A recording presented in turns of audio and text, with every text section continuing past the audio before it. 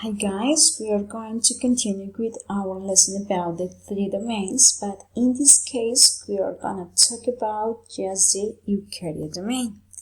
So in Eukarya domain, guys, we can find unicellular organisms, but also we can find multicellular organisms.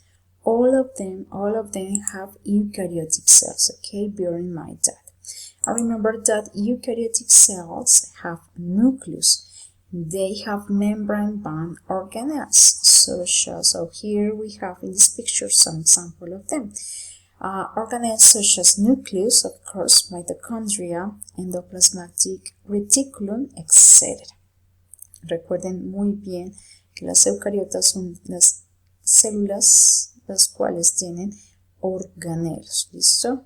We have mentioned this during the previous lesson. Okay, so in Eukarya, our Eukarya domain can be classified into 4 different groups: protists, plants, animals, and fungi. But before to start with the explanation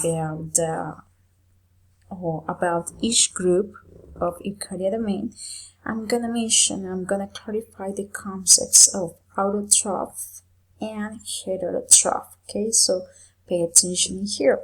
When we talk about autotroph, we talk about organisms that can produce their own food from the substances available in the surroundings. ¿Qué quiere decir eso? Cuando hablamos de organismos autótrofos, son todos aquellos organismos que pueden producir su alimento, producen su propio alimento, utilizando algunas sustancias materiales que encuentran a su alrededor, como por ejemplo las plantas.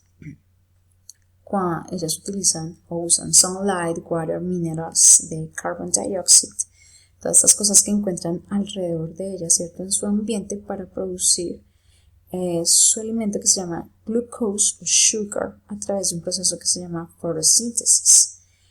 On the other hand, when we talk about heterotroph, they are organisms that obtain nutrients by consuming other organisms, so they cannot produce their own food. Los heterótrofos somos, nosotros los seres humanos también nos consideramos heterótrofos porque nosotros no podemos producir nuestro propio alimento, o nuestro organismo no produce su propio alimento. So we have to eat other organisms, could be plants or animals. Tenemos que consumir ya sea plantas o animales para obtener los nutrientes que necesitamos, such as vitamins and minerals, carbohydrates, fats, protein, etc. ¿Cómo lo hacemos? Cazando, pescando, cultivando, etc. So here you have an example. The plants are autotroph, which produces sugar or glucose through photosynthesis. The rabbit is eating carrot, which is a plant, yes, so it is a heterotroph animal or organisms. Here you have an example. This is just a funny comic, okay? The flower is so proud of itself because obviously it produces its own food, yes, but the moose eats the flower. So it's just a comic, okay? It's just a funny comic about this. Okay, guys, now we are gonna start talking about protists group in order to understand every single group of Eukarya domain. So protist group is classified, or protists are classified into algae and protozoa. Algae are autotroph. They produce their own food, okay? They can be unicellular organisms and also multicellular organisms. An example of a unicellular algae are the diatoms. In Spanish are called diatomeas. Son algas unicelulares, okay? But we also have examples of multicellular algae, which we can find brown algae. In Spanish is something like algas pardas, las cuales pueden alcanzar medir varios metros de alto. Son bastante grandes, son multicelulares. ¿Listo? Algae have cell walls but are not organized by tissues. ¿Eso qué quiere decir? Que las células, obviamente ellos tienen células eucariotas, esas células tienen cell wall, pero no están organizadas por tejidos.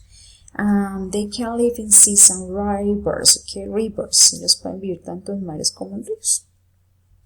The protozoa, guys, they are heterotroph. Yes, they are only unicellular organisms and most of them live in aquatic habitats. Así que la mayoría viven en hábitats acuáticos y solo encontramos seres unicelulares. They cannot produce their own food. An example of a protozoa organism is a loa, okay? Most of them could be parasites. Muchos de ellos pueden llegar a ser parásitos. ¿Listo? ¿Y qué quiere decir ello? Que viven dentro, ya puede ser dentro de un organismo o encima de este organismo y se alimentan de ese organismo mientras viven con él, viven en él, okay? So now guys, fungi. Fungi are heterotroph organisms. They can feed on decomposing matter or be parasites of other living things. Entonces los hongos, cumplen un papel súper importante porque muchos de ellos ayudan a la descomposición de materia orgánica. ¿Listo? They could be unicellular or multicellular organisms such as yeast and mold. In here, yeast, que es la levadura, es un hongo unicelular, and mold, que es el moho, que muchos conocemos cuando dejamos un pedacito de fruta de pronto que nosotros le decimos que ya añadita, que ya no la queremos comer y la dejamos ahí sin botar. Puede que este tipo de hongo, que es el moho, empiece a crecer sobre esa fruta, un pedacito de pan, etc. ¿Okay? Y el mold, o el moho, es a multicellular fungi. ¿Okay? The cells have cell walls but are not organized by tissue. Pasa entonces algo similar con las algas. Ellos tienen en sus células también una pared celular, pero no están organizadas por tejidos. They can live almost anywhere. Realmente pueden vivir en cualquier lugar, incluso encima de nosotros los seres humanos. ¿Listo? Okay, there are different types of multicellular fungi. Muchos de los que conocemos, que los dibujamos, o muchos de ellos también no los podemos consumir, los podemos comer. For example, the mushroom, los champiñones, is a kind of fungi. ¿Listo?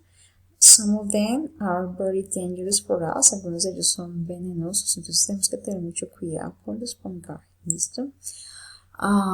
Plants. So plants, as I mentioned before, are autotroph. They obtain nutrients by photosynthesis. So pay attention in here, guys. Todas las plantas son autótrofas, quiere decir que producen su propio alimento.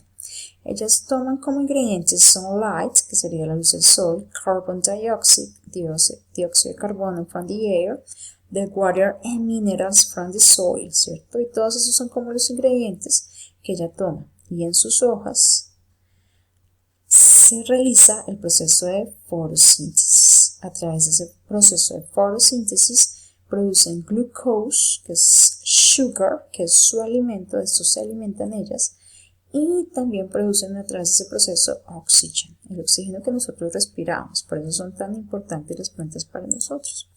The cells are organized by tissue and have cell walls, que tiene diferencia, por ejemplo, con los protozoos y con las algas, que sus células eucariotas tienen pared celular, pero ellas sí están organizadas por tejidos. ¿Listo? Most live in terrestrial habitats, but there are some marine species. Casi todas viven en terrenos, en hábitats terrestres. ¿Listo? Okay, plants have a specific classification. Okay, de esto no vamos a hablar tan profundamente. I'm gonna mention it. Okay, so the classification of plants, we can talk about non-vascular plants. Son las plantas no vasculares en Spanish, que son todas aquellas plantas que no tienen leaves, roots, true roots, and stem. Plantas que no tienen tallo, hojas ni raíces verdaderas of transport system.